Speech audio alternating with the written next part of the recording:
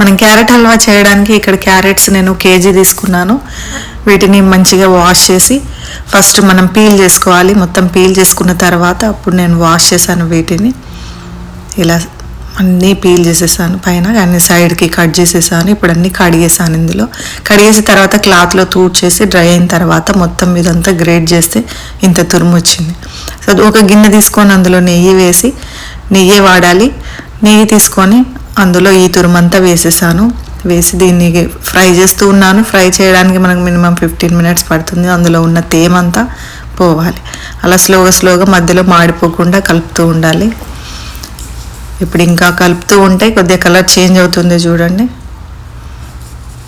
ఇప్పుడు మనం దీంట్లో బాగా మనకి కొద్దిగా క్రీమ్ మిల్క్ అలా ఒక 1/2 కప్పు నేను తీసుకున్నాను. ఇక్కడ కేజీకి 1/2 కప్పు మిల్క్ ఇక్కడ పోసి నేను ఇందులో కలుపుతూ ఉన్నాను.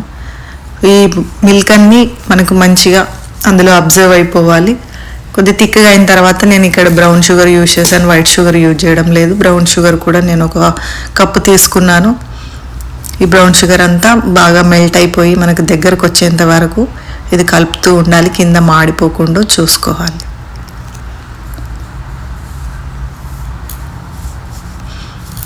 ఇప్పుడు మనం కొద్దిగా నెయ్యి వేసి అప్పుడప్పుడు ఒక 2-3 సార్లు నెయ్యి వేస్తూ కలుపుతూ ఉండాలి.